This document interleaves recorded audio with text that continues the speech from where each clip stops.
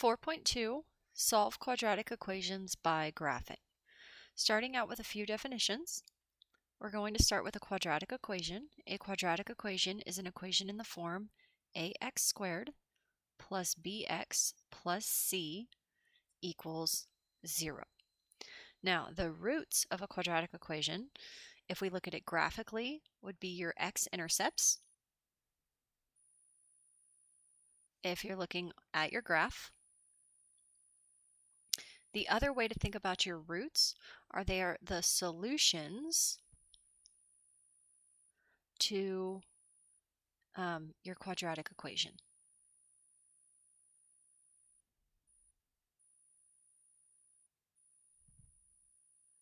Meaning, what values of x would I have to substitute back in here for my x and my x in order to make this equation true or to make this equation equal 0?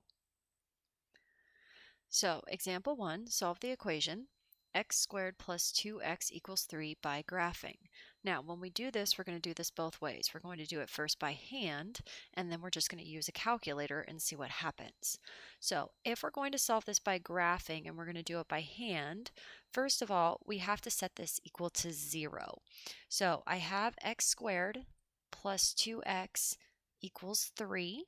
And I want to first get it equal to 0, so I'm going to subtract 3, which is going to give me x squared plus 2x minus 3 equals 0. Now, what we're essentially going to do, excuse me, is we're going to graph the related function y equals x squared plus 2x minus 3. So this is what we're going to graph. Now, if we're graphing that, we have a couple different options. We could find the vertex. We could complete the square. We could use the opposite of b over 2a. We could find the x-intercepts. We could do a lot of things. The option that we want to go with here is we want to find the x-intercepts because, as we just discussed, the solutions to a quadratic equation are the roots, which are essentially the x-intercepts. I want to know what x equals. So in order to do that, we're going to factor. It is a trinomial, so I'm going to multiply my last number by my first number, negative 3. I'm going to add to my middle term, which is 2. What will do that is going to be a 3 times a 1, and then I'm going to make my 1 negative. 3 times negative 1 is negative 3. 3 plus negative 1 is 2. So I'm going to break down my middle term into a 3x minus a 1x. Then I'm going to drop down my minus 3 and my x squared. Then I'm going to go to grouping. Out of my first group, I'm going to pull an x, which is going to leave me with an x plus 3. Out of my second group, I'm going to pull a negative 1, which is going to leave me with an x plus 3. Out of both of those, I'm going to pull the x plus 3, which is going to leave me with an x minus 1 equals y. Now, at this point in time, we actually had the function 0. This was our related graph that we're actually going to graph.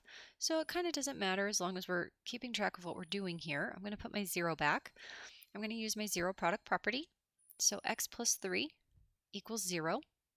X minus 1 equals 0. If I subtract 3, I get x equals negative 3. If I add 1, I get x equals positive 1, which tells me the x-intercepts on my graph are a negative 3 and a positive 1. And then from there, I'd have a little bit more information. But at this point in time, if my goal was to solve this equation, you're pretty much done. So at this point, I'm going to go with a rough sketch. And I repeat, rough sketch. If I go back and I look at this function, my a value is a positive 1, which means I know that this quadratic equation is pointing up. So rough. The only other thing I'm really going to look at here is that my y-intercept is going to be negative 3. So I know I'm going to have a point here. I know that if I go in the middle of this thing, the middle is like at negative 1. So I have my axis of symmetry. Because I know this point here, I can reflect it. So then really rough, I mean, It doesn't have to be perfect here, people. You're going to make your sketch. But as for the sake of solving, you already did it. X equals -3 and x equals 1. If you substitute those values back into your equation, remember your equation is back up here. Let's try that and see if it actually works out. So if x equals 1, I would have 1 squared plus 2 times 1 equals 3. 1 squared is 1 plus 2 times 1 is 2 equals 3. Yes, it does. That's one solution. Okay, then our other one was -3. So make sure you use parentheses. -3 squared plus 2 times -3 equals 3. This is +9 minus 6 equals 3. Yes, it does. So your two solutions are -3 and 1, and you can see that graphically because of your x-intercepts at -3 and 1. Now, that's if we solve it by hand. That's if we graph it by hand. Well, what if we use a calculator? So if you're using a calculator, I'm going to copy down x squared plus 2x equals 3. The first thing, if we're using a graphing calculator, is we still want to get this equal to 0. So subtract 3, x squared plus 2x minus 3 equals 0. Now, just like before, we're going to graph the related function. This is the equation. We want to graph the related function. So y equals x squared plus 2x minus 3. This is what we're going to graph. Okay, if you have a handheld calculator, fantastic. If not, we're going to use Desmos. So y equals x squared plus 2x minus 3. Then I go to my Desmos graph, I look at this, I go, oh, okay, -3 is one of my x-intercepts. That's a solution. +1 is one of my x-intercepts. That's a solution.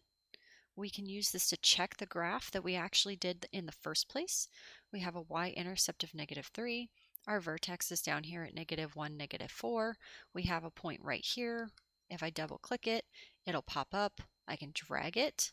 I can actually find that exact point, -2, -3, etc. But what we're going for here is that your solution is -3 and 1. X equals -3 and 1.